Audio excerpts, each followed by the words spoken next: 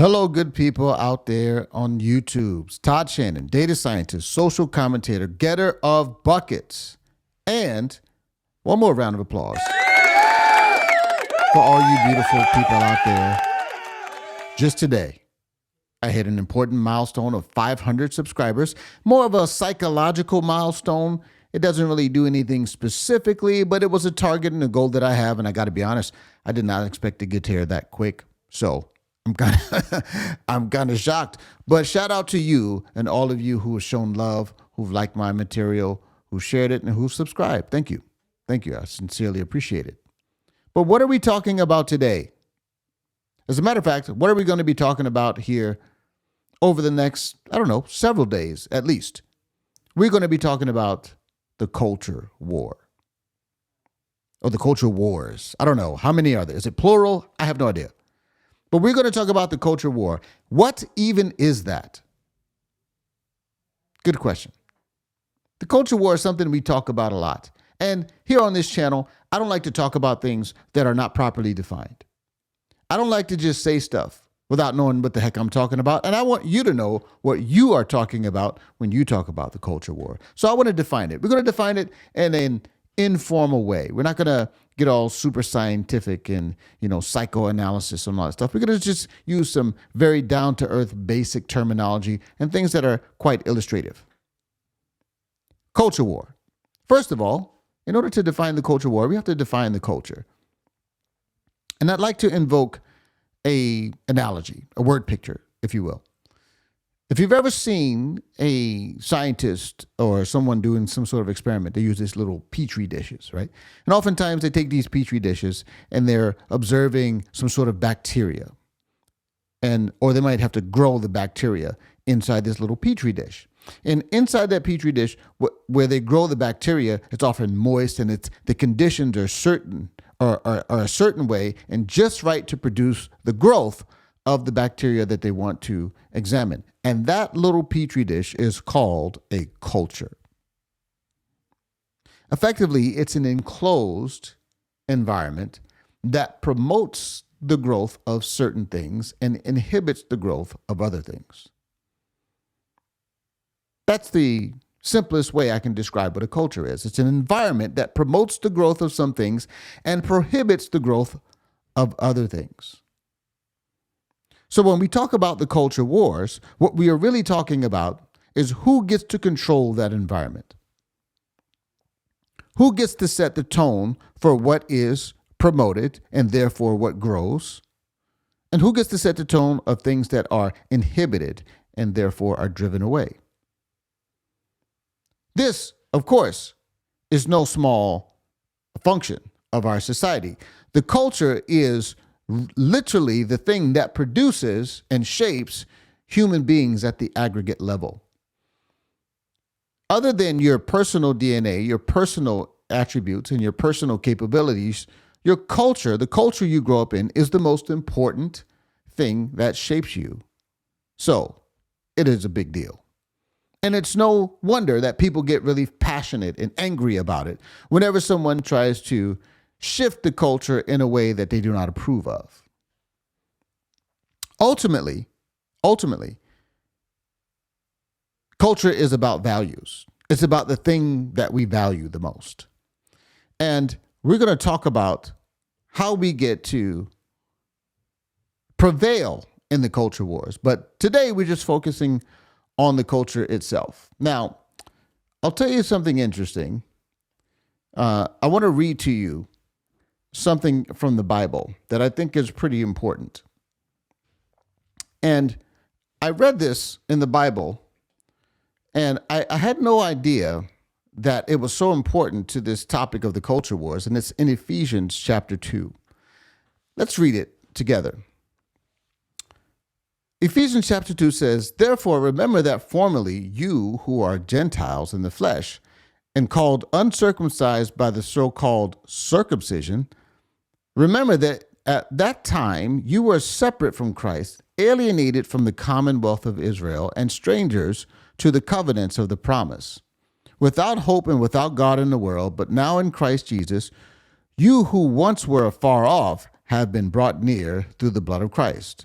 For he himself is our peace, who has made the two one and has torn down the dividing wall of hostility by abolishing in his flesh the law of commandments and decrees. He did this to create in himself one new man out of two, thus making peace, and reconciling both of them to God in one body through the cross, by which he extinguished their hostility. Now, some of you get squeamish when I read the Bible. I recognize that not all of my subscribers or viewers are Christians, but I want to illustrate to you a principle being demonstrated here.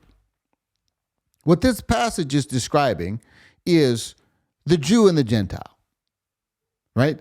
And it's describing the Jew as the people who had the law of God, the promises of God. They were adherents to the edicts and the commands of God, right? And then you had the Gentiles who did not know the God of the Bible. They didn't know the God of Abraham, Isaac, and Jacob. And so they had their own ideas and they had their own views about who God was, if they believed in God at all.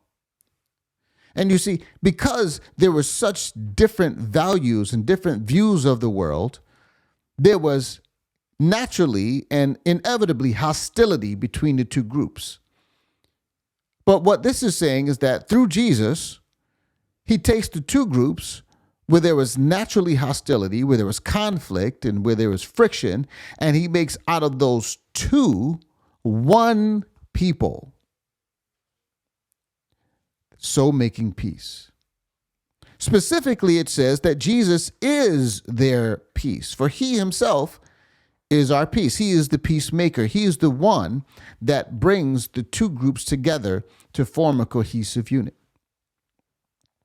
And this is the key to community and cultural conflict, because there has to be some uniting principle. There has to be some icon. There has to be something that we all gather around and we say, this is our common creed. This is the thing we believe. These are our common values. You know, the word community is a mashup of two words, which is common unity. What is the common principle that will unify us? In this case, Jesus had done something that heretofore had been impossible, which is to take two groups of people who had very different views of the world, very different customs, dare I say, very different cultures, and blended them to make them one by unifying them under a common creed.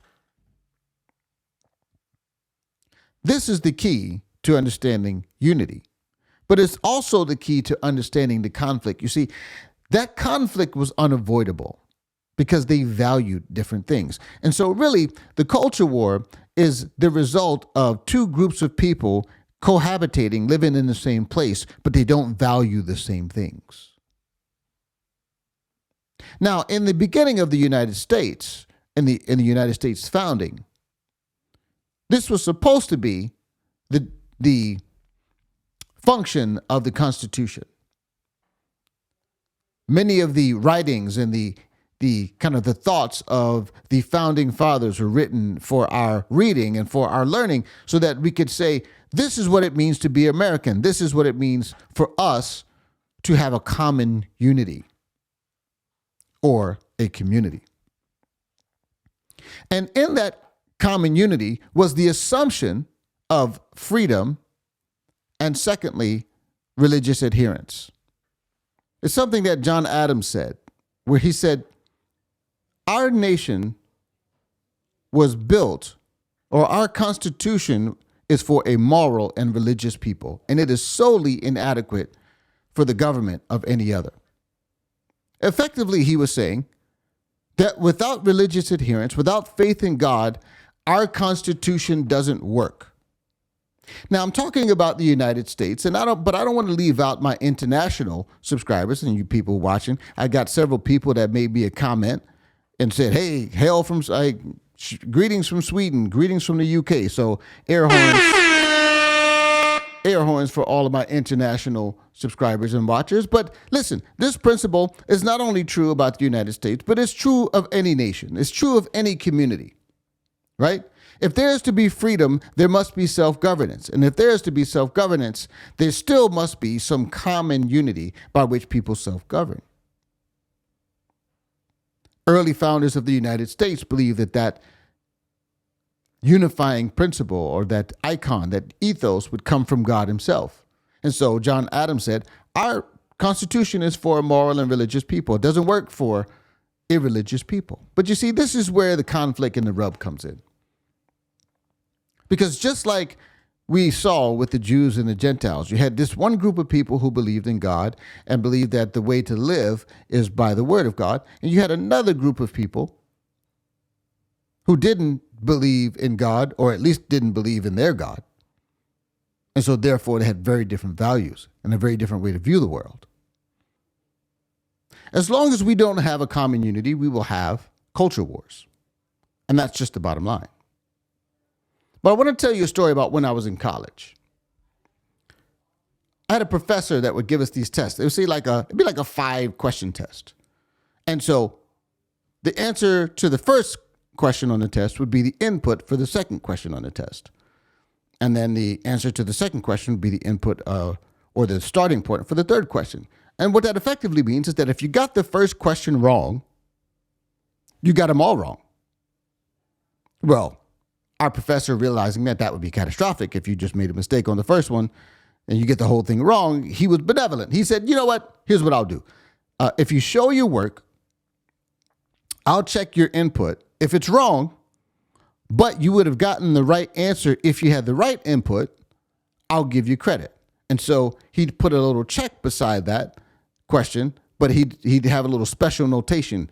It'd be check GEA, given the errors above. So he said, well, if you had the right input, if you had the right starting point, then you would have got this correct because you actually did all the rest of it right. You just didn't have the right starting point. And I appreciated that because, sometimes I got the first question wrong. But you see, in life, many of the things that we fight about in the culture war are very much like that. They're not about the actual thing we're arguing over. They're about the starting point, about the presuppositions. For example, if a woman gets pregnant, does she have a right to kill her child? Well, it depends on your presupposition. If your presupposition is that the thing or the being that's inside her womb is not a person and therefore does not have dignity and value, then she's just killing, quote, or she's just destroying, quote, a clump of cells. But if it does have dignity and it doesn't have value and it is fully human, then you're actually murdering a person and therefore you can't do that.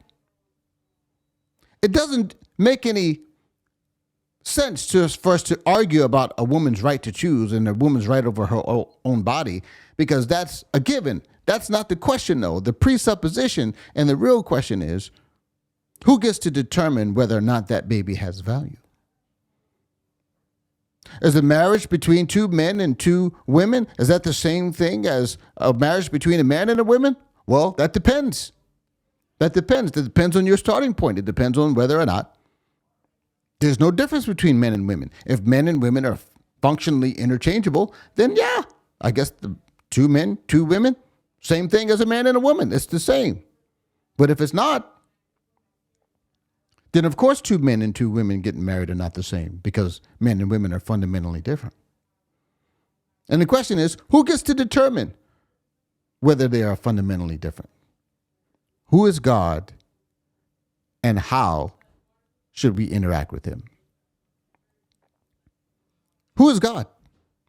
Every moral question comes back to God. And this is why every culture war issue comes back to God. Every culture war issue is about values, and values are about morals, and morals go back to God.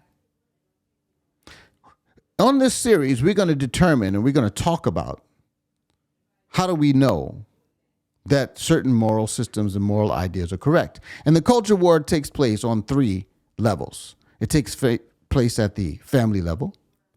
It takes place at the institutional level that makes up a community. And then it takes place at the broader community level, or even more broadly at the national level. But it starts with the family and expands out. So we're going to talk about the culture war as it relates to those three things. This is just the first part of our series, and I just wanted to lay that groundwork. So stay tuned. Over the next couple of days, I'll be releasing some additional talks about the culture, about the family, about the institutions, and about our nation. And hopefully we'll learn something. If you like this content, friends, like, subscribe, share. Let me know what you think. If you disagree with me, I'd like to hear about it. If you do agree with me, I'd like to know how it helped you. Till next time, friends, God bless you.